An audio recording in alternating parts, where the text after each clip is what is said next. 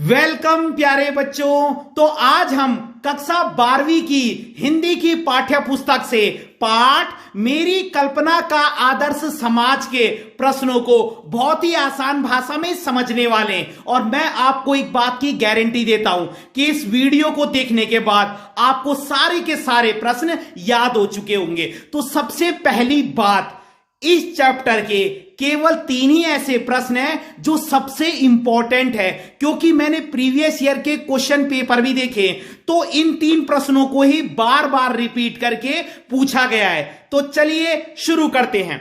तो सबसे पहले पाठ के नाम को पढ़िए, मेरी कल्पना का आदर्श समाज। यहां पर किसकी कल्पना के आदर्श समाज की बात हो रही है?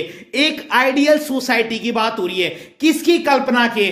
भीमराव अंबेडकर जी के। आप सभी को पता होगा कि भीमराव अंबेडकर जी एक दलित परिवार से थे और वो हमारे भारतीय संविधान के जनक कहे जाते हैं या भारतीय संविधान के निर्माता कहे जाते हैं। तो उनको अपने जीवन में अनेक मुसीबतों का सामना करना पड़ा। कई लोगों ने उन्हें बोला कि तुम छोटी जात के हो, उनको कई सारे ताने मारे, लेकिन उन्होंने हार नहीं मानी है। ठीक है, तो उस समय में क्या होता था या पहले के समय में क्या होता था? लोग कहते थे कि ये इस जात का है तो ये यही काम करेगा, ये दूसरे काम नहीं कर सकता। ये दूसरी जात का है तो ये यही काम करेगा। तो पहले के समय में क्या था कि काम का बंटवारा लोगों की जात के अनुसार था कि यार ये तो इस जात का है तो ये बड़े ही काम करेगा, अरे यार ये छोटी जात का है तो ये यही काम करेगा। जबकि मैं इस बात का खंडन करता हूं। ठीक है, इंसान को अपनी रुचि के अनुसार, अपनी क्षमता के अनुसार काम करना चाहिए। ऐसा कहीं नहीं लिखा हुआ कि ये काम इस जात का है तो इसको केवल यही जात के लोग करेंगे। अच्छी बात है अगर उस जात के लोग उस काम को कर रहे हैं, लेकिन अगर कोई दूसरा इंसान भी अपनी स्वेच्छा से, अपनी मर्जी से उस काम को करना चाहता है तो फिर उसको नहीं रोकना चाहिए। जो इंसान कर रहे हैं वो अच्छी बात है, और जो नहीं भी करना चाहता तो उसकी इच्छा जिस काम में, उसको उस काम को करने दिया जाए। यही भीमराव अंबेडकर जी भी कह रहे थे कि श्रम का विभाजन करना चाहिए, काम का बंटवारा करना चाहिए, लेकिन जाति के अनुसार नहीं करना चाहिए, बल्कि बच्चे की रुचि के अनुसार करना चाहिए। अब बच्चा पीसीएम नहीं लेना चाहता है, आप उसे जबरदस्ती बोलोगे तुम मैथ्स लो, मैथ्स लो। हो सकता है उसकी क्या है, बायो में पीसीबी, वो बायो में इंटरेस्ट रखता हो, आपने उसको जबरदस्ती मैथ्स ले दी। आ गई बात समझ में? बच्चा कॉमर्स लेना चाहता है, आपने उसको साइंस में वो कर दिया। बच्चा डांसर बनना चाहता है, आप उसे म्यूजिक के फील्ड में डाल रहे हो। तो बच्चा जिस फील्ड में अच्छा करना चाहता है उसको उस फील्ड में करने दिया जाए, एक बार उसको वो मौका मिलना चाहिए। ठीक है, अब हम इसके प्रश्न उत्तर पर आते हैं। सबसे पहला प्रश्न है, डॉक्टर भीमराव अंबेडकर के अनुसार आदर्श समाज कैसा होना चाहिए? यही इस पाठ का सबसे मेन सारांश है कि भाई आदर्श समाज होना क्या चाहिए। या ये प्रश्न ऐसे भी आ सकता है, डॉक्टर भीमराव अंबेडकर की कल्पना के आदर्श समाज की आधारभूत बातें बताइए। आपको इसमें 3 पॉइंट याद रखने। यह प्रश्न कई बार ऐसा भी आता है कि भीमराव अंबेडकर जी के अनुसार आदर्श समाज के क्या आधार होने चाहिए। तो भीमराव अंबेडकर जी के अनुसार आदर्श समाज के 3 आधार होने चाहिए। आपको 3 वर्ड याद रखने मेन। तो आप क्या लिखेंगे? भीमराव अंबेडकर जी के अनुसार आदर्श समाज के 3 आधार होने चाहिए। आप इस लाइन को छोड़िए, जो लाइन मैं बोल रहा हूं आप उसे लिखिएगा। डॉक्टर भीमराव अंबेडकर जी के अनुसार आदर्श समाज के 3 आधार होने चाहिए। ये इससे ज्यादा इजी लाइन है। डॉक्टर भीमराव अंबेडकर जी के अनुसार आदर्श समाज के 3 आधार होने चाहिए। सबसे पहला स्वतंत्रता, फ्रीडम, दूसरा समानता, इक्वेलिटी, और तीसरा भाईचारा, ब्रदरहुड। इन 3 को रट लीजिए, स्वतंत्रता, समानता, भाईचारा। भीमराव अंबेडकर जी की कल्पना के अनुसार आदर्श समाज में यही 3 चीज होनी चाहिए, स्वतंत्रता, समानता, भाईचारा। स्वतंत्रता, समानता, भाईचारा। याद हो गए 3 वर्ड? क्या लिखेंगे आप? डॉक्टर भीमराव अंबेडकर जी के अनुसार आदर्श समाज के 3 आधार हैं। आदर्श समाज के 3 आधार हैं, स्वतंत्रता, समानता, भाईचारा। स्वतंत्रता, समानता, भाईचारा, इतना याद हो गया। मैं बार बार इसलिए बोल रहा हूं कि आपको ये वीडियो दोबारा देखनी ही ना पड़े, ठीक है। अब हम स्वतंत्रता पर क्या लिखेंगे, क्या है स्वतंत्रता का मतलब, पहले मैं आपको समझा देता हूं, आपको रटना नहीं है। स्वतंत्रता का मतलब है बच्चे को उसकी रुचि के अनुसार काम करने दिया जाए, बच्चे को उसकी क्षमता के अनुसार काम करने दिया जाए, बच्चे को उसकी योग्यता के अनुसार काम करने दिया जाए, जीवन जीने की स्वतंत्रता दी जाए और आने जाने की स्वतंत्रता दी जाए। यह है स्वतंत्रता। स्वतंत्रता का मतलब है इंसान को जबरदस्ती किसी काम में नहीं लगाना, बल्कि उसको उसकी इच्छा के अनुसार काम करने दिया जाए, उसको उसकी योग्यता के अनुसार काम करने दिया जाए, उसको उसकी क्षमता के अनुसार काम करने दिया जाए, उसको आने जाने की स्वतंत्रता दी जाए, उसको जीवन जीने की स्वतंत्रता दी जाए। यह है स्वतंत्रता। तो यह तो आप आसानी से लिख सकते हैं कि इंसान को जीवन जीने की स्वतंत्रता होनी चाहिए, इंसान को अपनी मर्जी से काम करने की स्वतंत्रता होनी चाहिए, इंसान को कहीं भी आने जाने की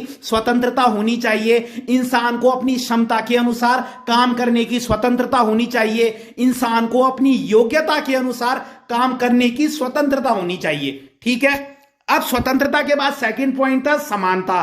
समानता में आप क्या लिखेंगे, वही समानता का अर्थ है सभी को आगे बढ़ने के समान अवसर देना। यही भीमराव अंबेडकर जी भी चाहते थे कि सभी को आगे बढ़ने के समान मौके मिलने चाहिए। हिंदू हो, मुस्लिम हो, सिख हो या ईसाई हो या कोई भी अदर जात का आदमी हो, कोई भी अदर धर्म का आदमी हो, सभी को आगे बढ़ने के बराबर मौके मिलने चाहिए। तो समानता में भी आप लिख दोगे कि हिंदू हो, मुस्लिम हो, सिख हो या ईसाई हो या किसी भी धर्म का व्यक्ति हो, सभी को आगे बढ़ने के बराबर मौके मिलने चाहिए। और भाईचारे का मतलब वही है मिलकर आगे बढ़ना। भाईचारा क्या होता है, मिलकर रहना। लड़का हो या लड़की हो, भाईचारे का मतलब यह नहीं है कि बस लड़का लड़का ही भाई होगा, नहीं, लड़कियों को भी समान अवसर मिलने चाहिए। यह प्रश्न कई बार ऐसे भी आता है कि भीमराव अंबेडकर जी ने जो भाईचारे शब्द का प्रयोग किया है, क्या उन्होंने इसमें स्त्री को भी जगह दी है? तो बिल्कुल आपने लिखना है भीमराव अंबेडकर जी चाहते थे कि स्त्री और पुरुष को समान दर्जा मिलना चाहिए, लड़के और लड़कियों को समान अधिकार मिलने चाहिए, हिंदू मुस्लिम सिख ईसाई सब आपस में मिलकर रहने चाहिए, ठीक है। तो भाईचारे में आप यही लिखोगे, स्वतंत्रता, समानता, भाईचारा। स्वतंत्रता किस चीज की, काम करने की स्वतंत्रता, अपनी मर्जी से जीवन जीने की स्वतंत्रता, अपनी रुचि के अनुसार काम करने की स्वतंत्रता, कहीं आने जाने की स्वतंत्रता, अपनी योग्यता के अनुसार काम करने की स्वतंत्रता, अपनी क्षमता के अनुसार काम करने की स्वतंत्रता। दूसरा समानता। समानता में क्या है, हिंदू हो, मुस्लिम हो, सिख हो या ईसाई हो, सभी को आगे बढ़ने के बराबर मौके दिए जाएंगे, किसी के साथ भेदभाव नहीं किया जाएगा। और भाईचारे का मतलब है मिलकर आगे बढ़ना। हिंदू हो, मुस्लिम हो, सिख हो, ईसाई हो, लड़का हो, लड़की हो या कोई भी इंसान हो, सब आपस में मिलकर रहेंगे और आगे बढ़ेंगे। दूसरा प्रश्न है जो अक्सर पूछा जाता है, बोर्ड एग्जाम में यह प्रश्न जो है पिछले से पिछले साल भी आया था, अक्सर यह प्रश्न आता है और बच्चे कंफ्यूज हो जाते हैं। वो कह रहे हैं मेरी कल्पना का आदर्श समाज पाठ के आधार पर बताएं कि मनुष्य की क्षमता किन 3 बातों पर निर्भर करती है। इंसान की जो क्षमता है, जो उसकी कैपेबिलिटी है, वो किन 3 बातों पर निर्भर होती है। अब बच्चे यहां पर 3 शब्द देखते हैं और वो वही लिख देते हैं, स्वतंत्रता, समानता, भाईचारा। वो पूछ रहे हैं मनुष्य की जो क्षमता है, जो उसके अंदर कैपेबिलिटी है, वो किन 3 बातों पर डिपेंड होती है। अब इसमें भी आपने 3 शब्द पहले याद करने, जैसे पहले याद किए थे स्वतंत्रता, समानता और भाईचारा, वो तो थे आदर्श समाज के आधार, और ये है मनुष्य की क्षमता किन 3 बातों पर निर्भर करती है। पहला शारीरिक वंश परंपरा, रटने पड़ेंगे, शारीरिक वंश परंपरा। दूसरा सामाजिक उत्तराधिकार, तीसरा मनुष्य के अपने प्रयास। ये 3 तो आपको रटने ही पड़ेंगे। इसके अंदर क्या लिखना है वो तो बहुत आसान है।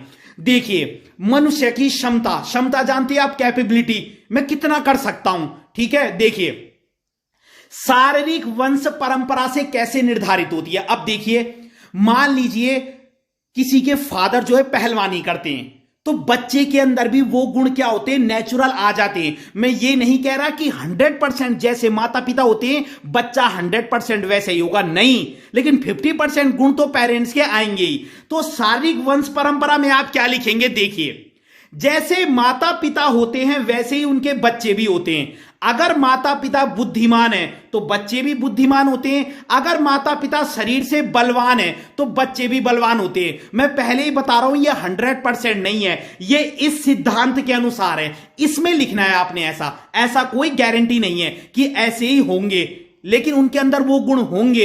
अगर वो पहलवानी बचपन से ही करें तो वो अच्छा कर सकते हैं। तो शारीरिक वंश परंपरा का मतलब क्या होता है, जो मुझे अपने माता पिता से मिला है। तो मनुष्य की क्षमता जो है उसके शारीरिक वंश परंपरा पर भी निर्भर होगी। आपने देखा होगा कई बार, जैसे मेरे फादर को कोई प्रॉब्लम है, ठीक है, मान लीजिए उनको खाना डाइजेस्ट नहीं होता है, कई बार वो चीजें ना जेनेटिक बच्चों में भी आ जाती हैं, ठीक है। कई देखा होगा अपने माता पिता लंबे चौड़े होते हैं, उनके बच्चे भी वैसे ही लंबे चौड़े होते हैं, तो ये वही बात है।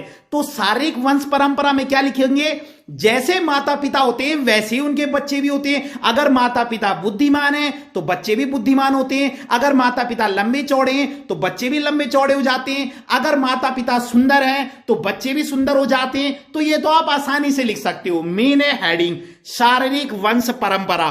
दूसरा है सामाजिक उत्तराधिकार। इसमें क्या आता है, अगर बच्चों को अच्छी शिक्षा मिलती है और उनको अच्छा समाज मिलता है तो उनकी क्षमता का विकास वैसे ही होता है। अगर बच्चों को सामाजिक, अब मान लीजिए मेरे माता पिता का सामाजिक स्तर अच्छा है, वो मुझे जिम भी भेज रहे हैं, मैं क्या हूं, मैं स्विमिंग में भी जा रहा हूं, मैं डांसिंग क्लास भी ले रहा हूं, मैं सिंगिंग क्लास भी ले रहा हूं, तो मेरे माता पिता का सामाजिक स्तर अच्छा है तो मेरी क्षमता का विकास फिर अच्छा ही होगा। मैं सिंगिंग भी सीख रहा हूं, मैं डांसिंग भी सीख रहा हूं, मैं स्विमिंग भी सीख रहा हूं, मुझे अच्छी एजुकेशन भी मिल रही है। तो सामाजिक स्तर में क्या लिखोगे कि बच्चे को जैसी शिक्षा मिलती है, जैसे उसका सामाजिक स्तर होता है, उसके माता पिता का सामाजिक स्तर होता है, उसको जैसा समाज मिलता है उसकी क्षमता का विकास भी वही वैसे ही होता है। मैंने एग्जाम्पल भी दे दिया। हेडिंग याद रखनी है, सामाजिक उत्तराधिकार। तीसरा है मनुष्य के अपने प्रयास, जो ऊपर के 2 पॉइंट को झुठलाता है। जैसे मनुष्य जितनी मेहनत करता है उसी का फल उसे मिलता है। इसको पढ़ के तो ऐसा लगता है जैसे कि ऊपर के 2 किसी काम के नहीं है, कि अनपढ़ माता पिता का बेटा भी क्या है, आईएएस ऑफिसर बन सकता है। क्यों? क्योंकि उसने अपने प्रयास किए। तो इसमें तो आप कितना भी लिख सकते हो कि मनुष्य जितनी मेहनत करता है उसी का फल उसे मिलता है। उदाहरण, जैसे एक अनपढ़ माता पिता का बेटा अफसर बन जाता है, ये उसकी मेहनत का परिणाम है। तो पहले वाले शारीरिक वंश परंपरा में तो क्या था कि हमको वो गुण हमने हमारे माता पिता से मिले। सामाजिक स्तर में क्या है कि हम लोगों का परिवार का सामाजिक स्तर जैसे होगा हमको उतनी ही मौके मिलेंगे अपनी क्षमता के विकास करने के, ठीक है। हमें जैसी शिक्षा मिलेगी, हमें जैसा माहौल मिलेगा, हम उसी के अनुसार अपनी क्षमता का विकास कर पाएंगे। और मनुष्य के अपने प्रयास में आप जितनी मेहनत करोगे आपको उसका फल जरूर मिलेगा। उसके बाद है तीसरा प्रश्न, यह भी बहुत इंपॉर्टेंट है। दास्ता किसे कहते हैं? दास्ता का मतलब होता है गुलामी, लेकिन ये वो वाली गुलामी नहीं जंजीरों में जकड़ने वाली, यह है मेंटली गुलामी। क्या है दास्ता की परिभाषा?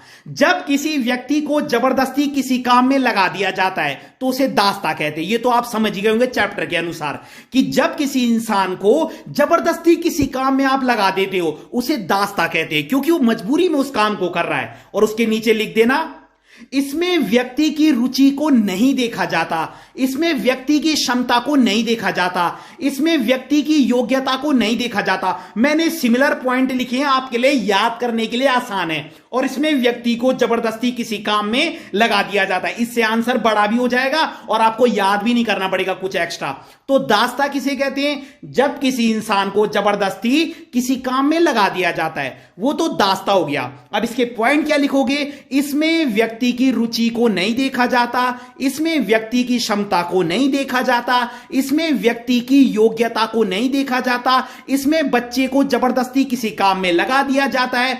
अब जब बच्चा जबरदस्ती किसी काम को करता है तो वो बाद में उस काम को आधे में ही छोड़ देता है और वो बेरोजगार हो जाता है और उसके सामने भूखे मरने की नौबत भी आ जाती है। क्योंकि हो गई ये, अगर आप किसी को जबरदस्ती किसी काम में लगाओगे वो कुछ समय तक ही उस काम को कर पाएगा और बाद में उस काम को छोड़ ही देगा। ठीक है, तो भीमराव अंबेडकर जी यही कह रहे हैं कि श्रम का विभाजन होना चाहिए। आज के समय में काम का बंटवारा जरूर होना चाहिए, लेकिन वो जाति के अनुसार नहीं होना चाहिए कि भाई ये इस जात का है तो यही इस काम को कर सकता है, ये दूसरी जात का है तो ये इस काम को नहीं कर सकता। ऐसा नहीं होना चाहिए। इंसान को उसकी रुचि के अनुसार काम करने दिया जाए, उसकी क्षमता के अनुसार काम करने दिया जाए, उसकी योग्यता के अनुसार काम करने दिया जाए। तो यही भीमराव अंबेडकर जी चाहते थे। तो अगर आपको वीडियो पसंद आई हो तो लाइक कीजिएगा, कमेंट कीजिएगा और अपने चैनल को सब्सक्राइब जरूर कीजिएगा। धन्यवाद।